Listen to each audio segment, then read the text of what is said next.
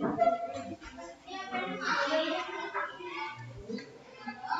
Assalamualaikum warahmatullahi wabarakatuh.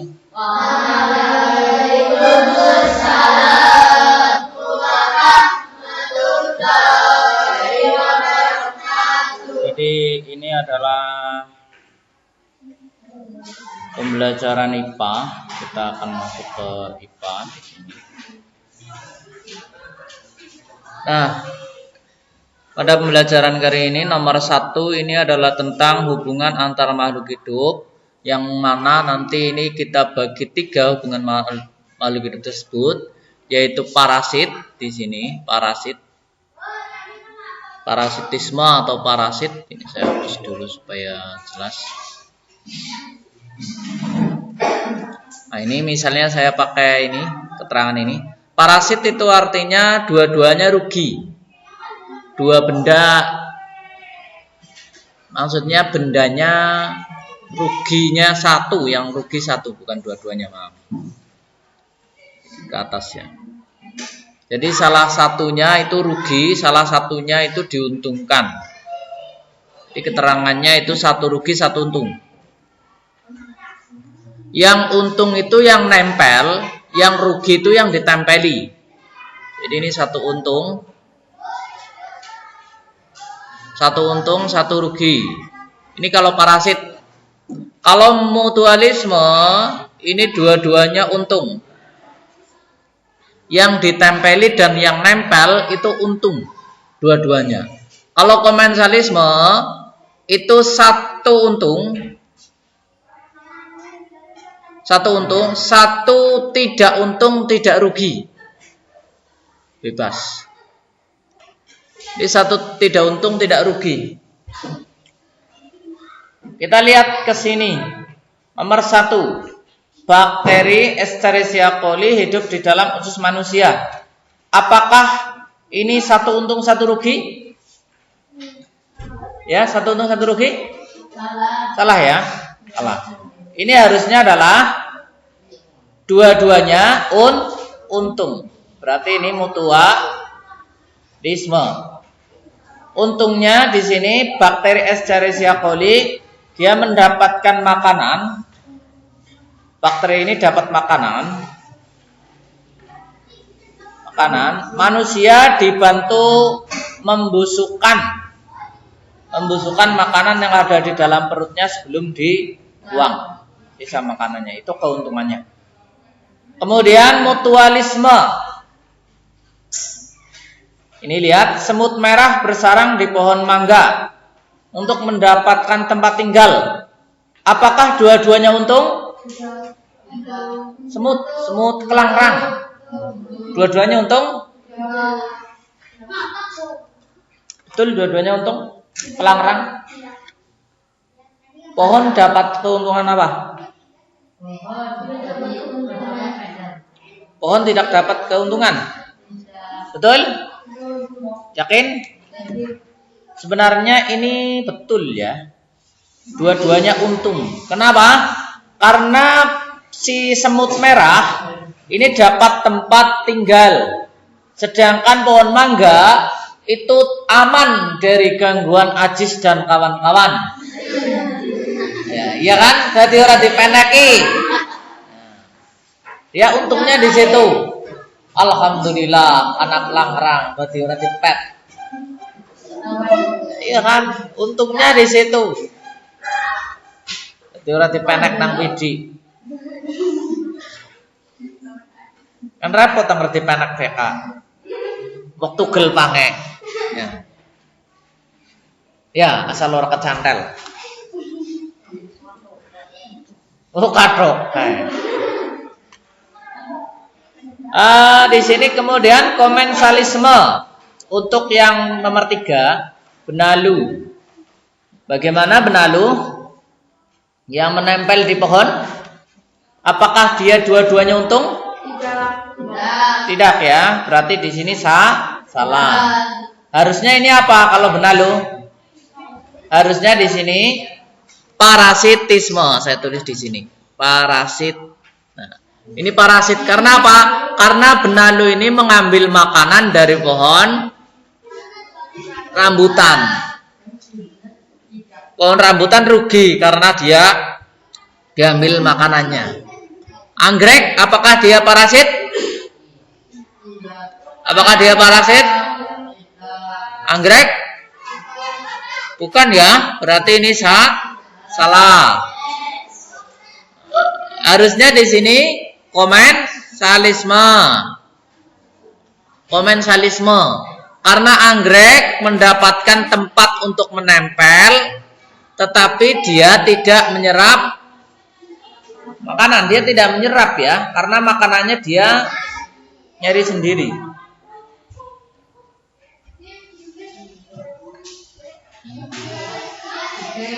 Kita lanjutkan ke ini, komensalisme seperti tumbuhan sirih.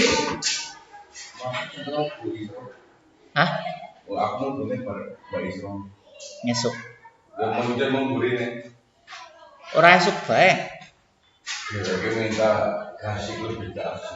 Orang masuk apa abendinar.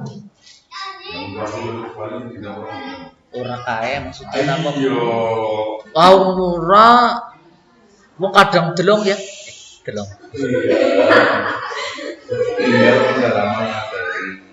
Iya, tapi kan orang wong kadang delong, kadang ya kadang ora. Kan mbok otak pada pengen ora hadir. Kaya mulane dhewe.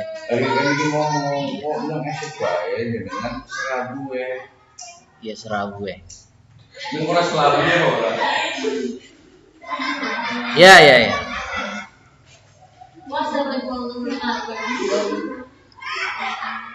Ya, kita lanjutkan. Setiap tumbuhan yang merambat pada kelor seperti merica dan kawan-kawan.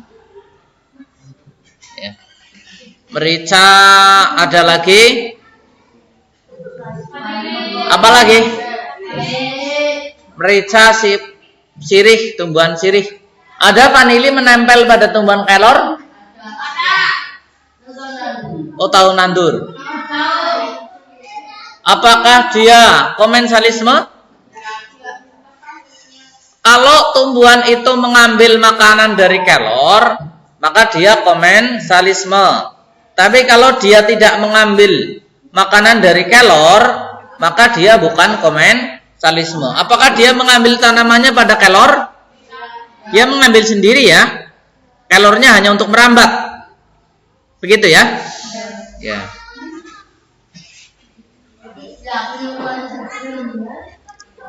Ini juga termasuk biasanya sirih begitu ya. Berarti sama dengan ini ya.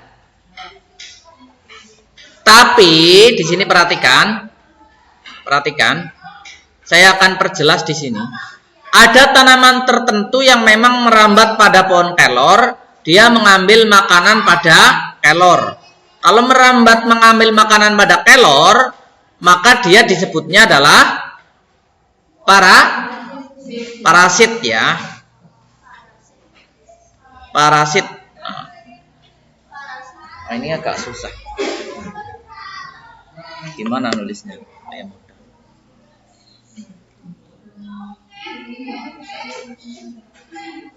Jadi ini parasit.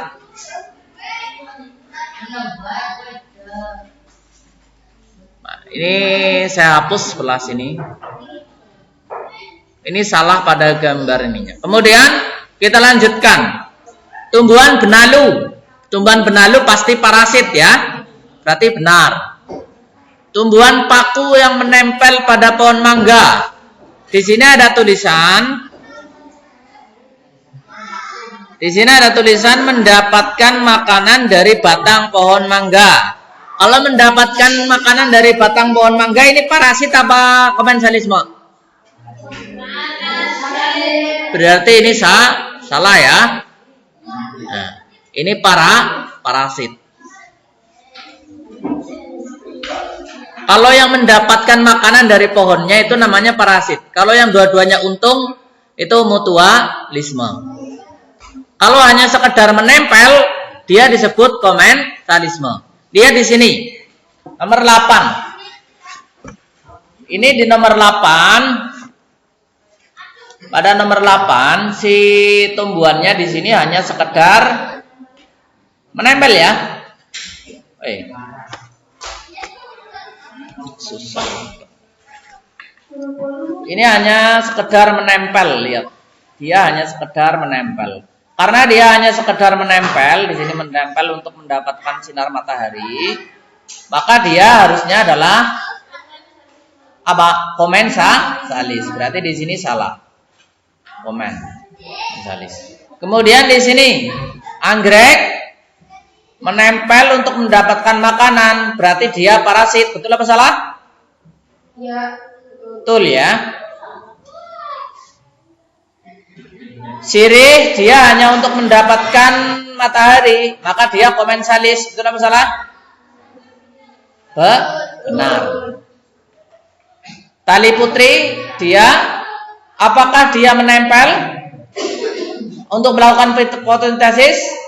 Tidak. Tali putri itu adalah parasit, tetapi dia tidak melakukan fotosintesis di sana. Dia langsung mengambil makanan. Dia salah di penjelasannya ya. Mengambil makanan dari pohonnya. Itu tali putri. Tali putri itu yang kuning-kuning itu. Tetean, di tetean biasanya. Oh iya. Paham ini ada pertanyaan? Kalau dia mengambil makanan, maka dia parasit. Intinya seperti itu. Kalau dia hanya sekedar menempel saja, namanya komensalisme. Kalau kedua-duanya mendapatkan untung, maka dia mutualisme. Saya kira penjelasan ini nomor 1 sudah. Kita akan masuk ke sini. Tujuan adaptasi hewan dengan fungsinya. Tentakel gurita, tangan gurita lebih panjang dan lengket untuk menangkap mangsa. Benar ya. Sayap itik halus berminyak untuk meringankan saat terbang. Itik. Nah, berarti salah. Untuk apa ini? Terbang apa berenang? Ini terbang ya. Ini berenang tadi ya. Berminyak untuk meringankan saat berenang. Itu lebih salah.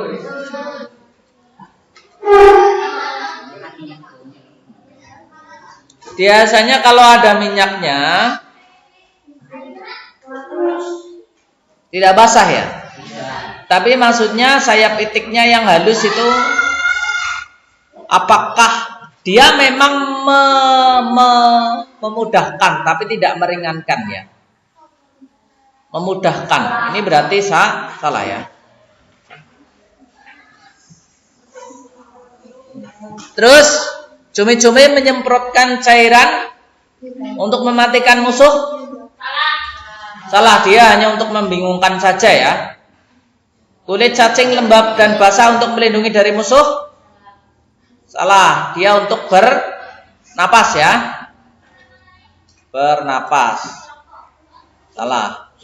Rayap mengeluarkan selulosa untuk melunakkan makanan. Benar dia. Landak menegakkan duri untuk menarik perhatian lawan jenis. Salah, ini untuk melindungi diri. Melindungi diri. Kemudian terenggiling menggulung tubuh untuk mengusir pemangsa. Bukan mengusir ya. Dia melindungi diri. Kadal menjulurkan lidah untuk menakut-nakuti musuh. Salah ya, dia untuk mencari mangsanya. Lalu selanjutnya, ular menjulurkan lidah untuk mencari mangsa. Sama dengan kadal, berarti dia benar. Benar ya. Lalu selanjutnya, paruh burung pipit tajam dan kuat untuk mengoyak mangsa. Burung pipit tidak punya paruh yang tajam. Dia bukan untuk mengoyak mangsa, tapi memecah biji-bijian. Itu ya. Masya Allah. Bener papat? Alhamdulillah. Asyana sing bener. Nomor 3, Rafflesia arnoldi. Dia dibudidayakan di mana? Taman Nasional apa? Oke, anak apa itu ya? Jenengannya Taman Nasional kae lah itu ya. Oh Kalimantan, mau nang Papua Kalimantan. Innalillahi. Badak berjula 1. Suaka marga satwa ujung kulon ya. Terus harimau Sumatera cagar alam di Sumatera. Elang Jawa di alam masih ada apa tidak? Kalau di alam masih ada, maka dia menggunakan suaka marga satwa dan cagar alam. Tapi kalau di alam sudah hilang, maka dia harus pakai cagar alam. Kira-kira elang Jawa di alam masih ada apa tidak? Tahu nduk? Oh, ya yang nduk karuan. Sampai sih ngomong elang Jawa lahiran. Bedanya di lahiran siapa? Elang Jawa. Iya, masalah. Penangkaran karena dia sudah mulai hilang. Ya. Beruang madu nang TV Pak, bukan. Beruang madu ini apa? Suaka marga satwa atau cagar alam? Cagar alam bersama dengan harimau Sumatera, satu tempat dia. Komodo suaka marga satwa di Pulau Komodo.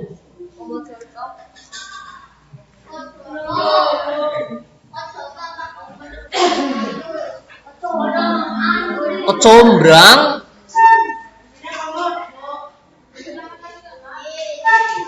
baik, kita akan lanjutkan ke nomor 4. Di sebuah seorang anak bermain di kebun dekat rumahnya.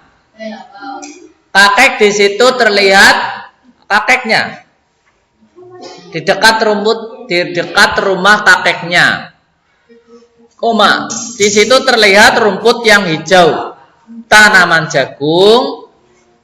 Ayam mengais makanan di tanah. Ada beberapa burung kutilang, burung pipit, dan belalang hinggap di tumbuhan pisang dan beberapa ekor katak sedang melompat. Salah satu cara menjaga keseimbangan lingkungan. Cara menjaga keseimbangan lingkungan, yaitu kita tidak boleh membasmi seluruh predator hewan tertentu agar hilang.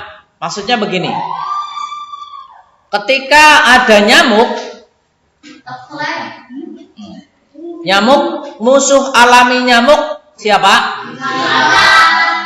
Misalnya katak gitu ya. Maka kita tidak boleh menghabisi katak secara keseluruhan. Kenapa? Karena kalau kataknya kita habisi secara keseluruhan, maka nyamuknya akan bertambah banyak. Seperti contoh lagi, kalau di sawah ada apa?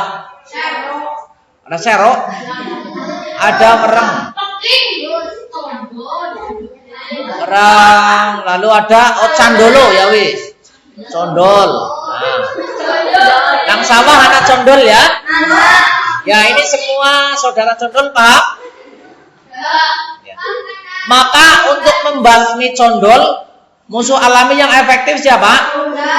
Ular. Maka kita tidak boleh membunuh ular sawah secara masif atau keseluruhan, karena nanti akan menyebabkan populasi condol meledak dan bahagia.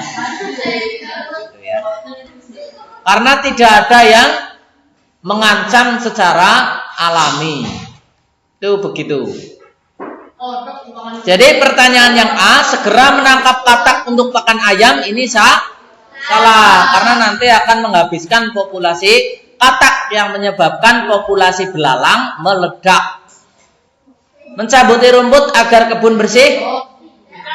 Tidak ya, karena beberapa hewan, kalau rumputnya kita cabut, nanti belalangnya malah makan jagung, bukan lemah.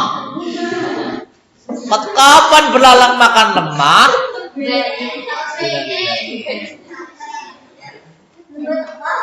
Menyemprotkan pestisida untuk membasmi belalang? Tidak ya, karena ini akan membunuh hewan-hewan yang lain. Nanti kataknya ikut jerengkanang, pitiknya ikut mendem.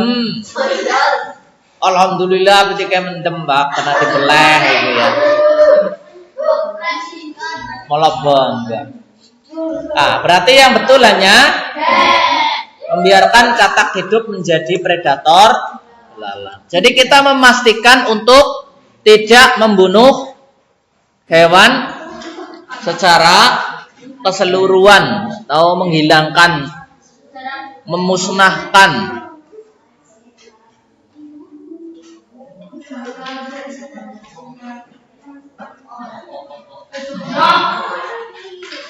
Kita lanjutkan pada nomor 5 ya. Kita lihat adaptasi tumbuhan berikut pada musim kemarau. Musim kemarau. Kaktus, daun berbentuk duri untuk memperkecil penguapan. Kunyit, mengeringkan pelepah. Biasanya kunyit nama lainnya Pak? Kunir. Biasanya wite garing kabeh ya. Temung garing kabeh ning jerone Asiana kunire. Kunire si seger, si urip. Kalau kamu dipendem, beda ceritanya ya. Saya mau mengeringkan rambut, Pak, tidak bisa. Gitu ya. Pohon randu menggugurkan daun. Nah, ini menjadi botak. Pohon jati sama menggugurkan daunnya. Paksang, pisang. Pisang mengeringkan pelepah daun ya. Pohon mauni apa ini? Menggugurkan daun. Kita lihat nomor 16. Ini agak banyak. Kita cari baik pasangan makhluk hidup dengan penyesuaian dan tujuannya. Itik bagaimana? Kaki berselaput ada tidak? Ada. Terus misalnya ini ke sini, terus mana lagi ini kalau kakinya berselaput untuk ada di sini, berjalan di lumpur ya. Nah, di sini pasangannya. Nah, ini menceng ya. Nah, begini saja. Lalu elang. Elang bagaimana? Paruh panjang dan melengkung. Untuk apa? Mengoyak mangsa. Lurus berarti ini. Bangau. Kaki panjang dan kecil. Untuk apa? Di sini ada tidak? Berenang di air. Apakah bangau berenang di air? Untuk berjalan ya. Berjalan di air. Tapi di sini tidak ada ya? Tidak ada ya. Ada. Burung hantu, penglihatan yang tajam. Untuk apa? Nomor 1.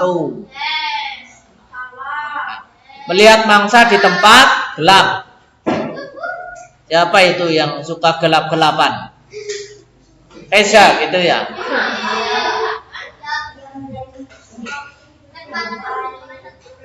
Teratai. Daun lebar dan tipis. Betul? Untuk apa di sini?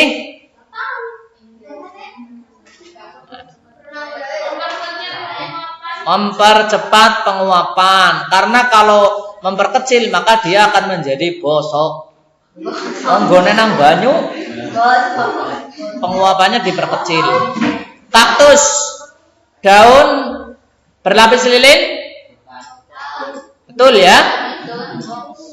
Daunnya itu sebenarnya bukan daun tetapi batang berlapis lilin. Kalau daunnya berbentuk duri. Ini batang. Batang berlapis lilin. Dia untuk memperkecil penguapan. Ya kan ini digurun, jarang air, ya enggak bosok. Bosok kalau itu banyak air. Ya Pak Sok.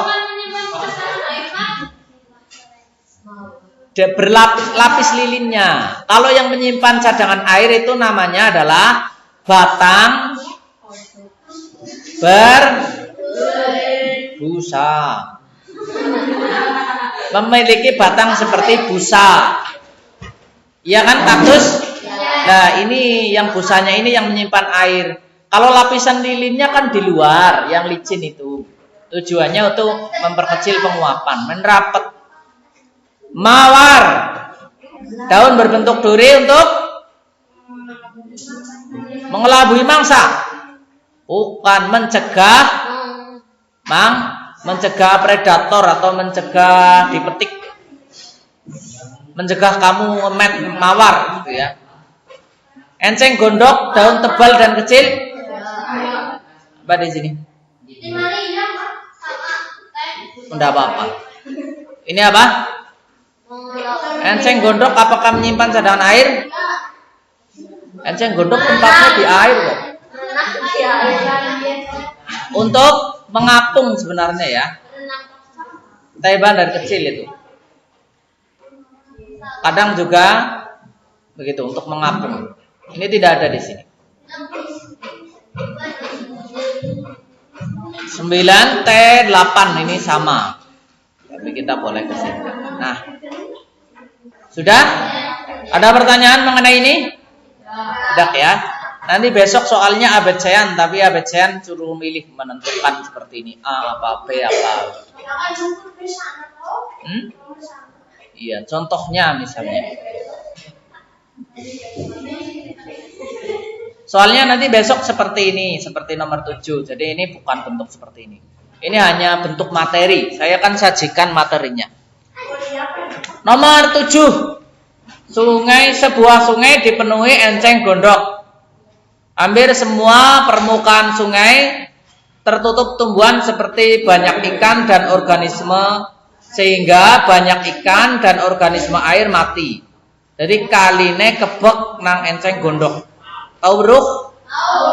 Jadi biasanya nang daerah kidul, yang kene jarang. Untuk mencegah permasalahan tersebut, kita harus tahu sebabnya. Sebabnya enceng gondok banyak adalah karena karena airnya subur.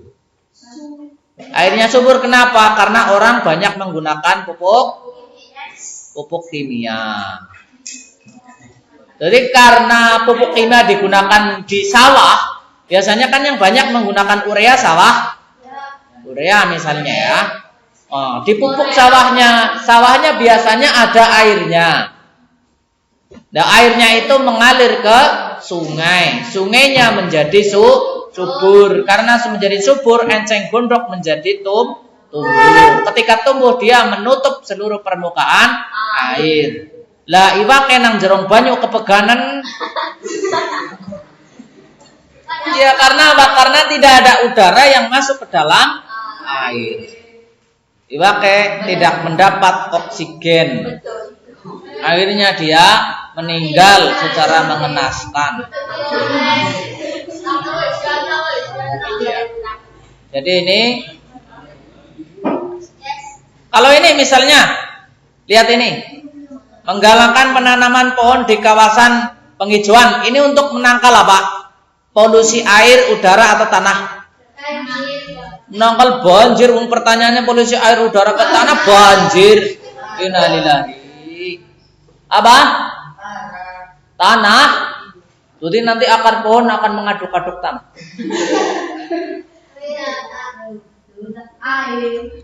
Ini untuk membersihkan udara. Karena penghijauan itu, pohonnya itu nanti akan menghasilkan oksigen. Misalnya pabrik yang menggunakan cerobong asap, maka nanti asapnya masih kotor, akan dibersihkan oleh pohon, akan diserap udara kotornya oleh pohon, kemudian digantikan udara bersih O2 oksigen. Ada pertanyaan ini? Ya, kita lanjutkan di sini. Lihat, ini kita akan buat jaring-jaring makanannya. L dimakan M, ya. Bisa tidak L dimakan M? Bisa. Lalu dimakan N bisa tidak? Bisa. M bisa dimakan N bisa dimakan N? Saya panahnya nanti ya, bentar. Saya pakai yang mana warnanya ya, yang agak jelas. Merah mungkin jelas ya.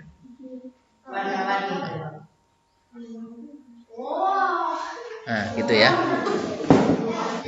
Nah, lalu di sini misalnya tikus dimakan? Gini. Tuh. Bisa juga dimakan burung hantu. Ini bisa dimakan ini ya. Ini bisa dimakan ini. Masih yang ini saja sekarang L mana? Jika L di sini. Manakah yang paling cepat meningkat jika terjadi ledakan populasi? Ledakan populasi itu artinya hewannya bertambah banyak, sangat banyak. Kalau L-nya tambah banyak, maka yang kemungkinan tambah banyak adalah M dan ini berarti ya. Lalu selanjutnya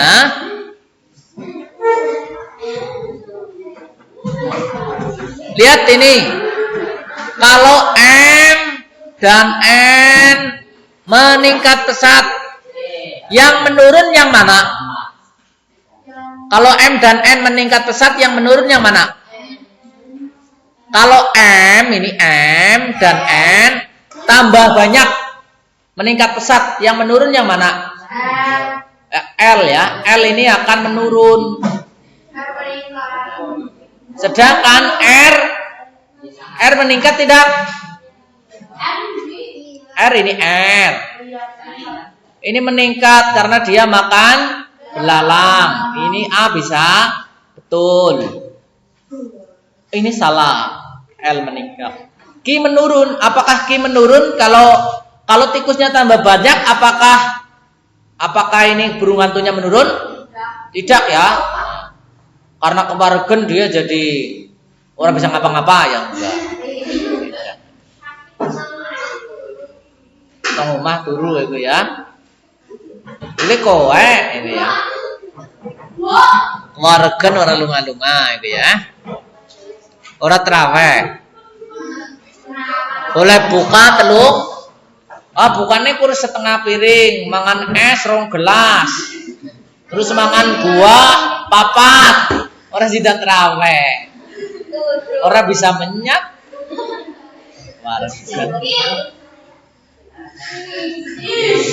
Sudah ya? Kita lihat. Nomor 10. Yang menguntungkan petani yang nomor berapa? Nomor 4. Karena membantu bukan. Kalau ini ulat sutra, mana yang menguntungkan petani? Nomor kepompongnya nomor berapa? Nomor 2. Ini kalau ulat sutra ya, diambil benang sutranya. Kalau yang merugikan nomor 1. Ini merugikan, ini rugi. Ini untung. Nah, sekarang kita lanjutkan kepada nomor 11. Saya tanya, kalau di sini ini namanya sendi apa? Di bahu? Sendi apa? Sendi esel itu adalah sendi yang bisa bergerak ke satu arah. Esel kan hanya satu arah tok, hanya bisa ditarik ke sini. Kalau ditarik ke sana kan gini kan, tangan kamu kan begini kan? Bisa ditarik ke sana? Tugel. Berarti M ini esel karena dia bisa bergerak satu arah. Kalau ini SL apa bukan? Lututmu bisa ditarik ke sana, ke belakang. Ayo. Berarti ini SL sama. Yang SL ya kena. Kalau satu arah itu namanya SL. Kalau pelana itu bisa digerakkan kedua arah. Contohnya ibu jari di sini. Bisa ini ke sini bisa.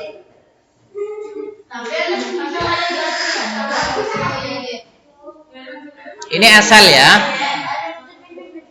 SL. Kalau peluru ini bisa bergerak ke berapa arah ini? Bahu kalian bisa bergerak ke berapa arah? Berarti ke segala arah. Berarti kalau segala arah ini namanya peluru. Jadi di bahunya itu peluru. Saya akan perjelas gambarnya. Tulisannya tidak acak-acakan. Berarti ini peluru karena dapat bergerak ke segala arah. Ini M dengan lutut berarti SL karena dapat bergerak kedua arah. Kalau leher sendi putar karena bisa berputar. Berarti begini ya. Kita lihat SL ke segala arah salah karena SL hanya satu arah.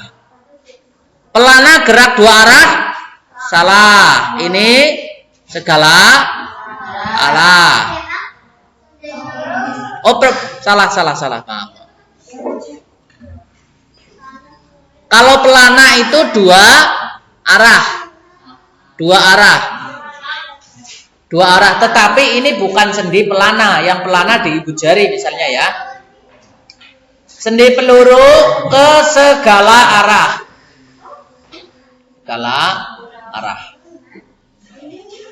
Saya hentikan dulu, nanti baru saya lanjutkan.